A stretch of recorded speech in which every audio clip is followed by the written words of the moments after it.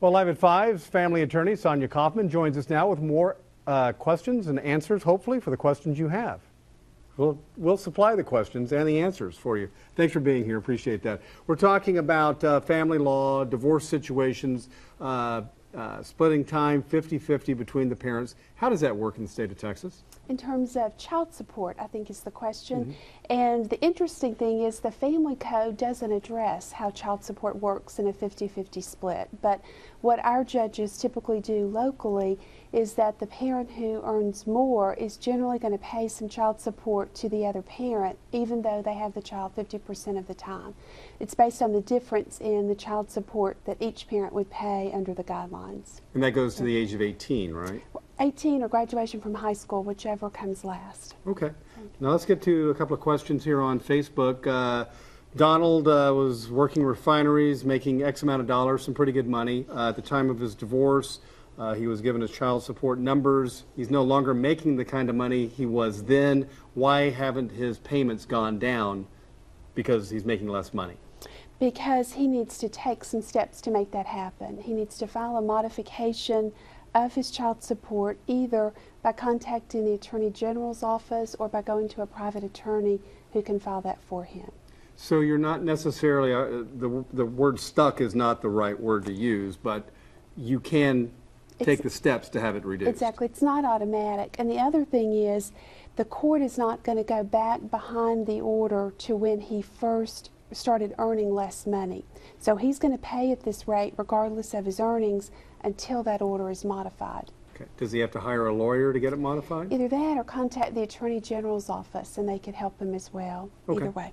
And from Lindsay, if the parent paying child support is no longer employed, not receiving unemployment, and is filing to have their payments reduced, is it possible they will not be ordered to pay child support until they've found employment?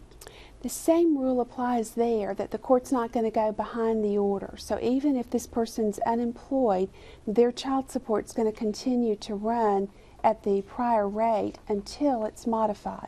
Once it's modified, if they have no income, it's going to be based on an assumption of 40 hours a week at minimum wage. So for one child, that's roughly $225 a month. Okay, that's interesting. Let's venture off the track just for a second here. I've been divorced since June 26th of this year. Since my ex and I were married for half the year, how do I file my tax return this year? The filing status is determined as of December 31st of that year. So if this person is single, or if Karen has a dependent child at home, she can possibly file as head of household. Okay. And if you have children who maybe are headed off to college at that time, as long as staying on the same subject, is it wise to, and if you have to look for, grants, a little aid, is it wise to use the person, or the parent who's making the less money to go through FAFSA, which is always tricky in itself? Yes, I would get some advice from the financial aid counselors at the school to which this person is applying, but I would think that's generally true, or possibly to try to go on the student's income alone if they're not receiving support from a parent. Because the court can't order support past the age of 18. So. Well, there's so much information out there as well, as far as trying to educate yourself on what you can and can't do. Is that something that you really encourage?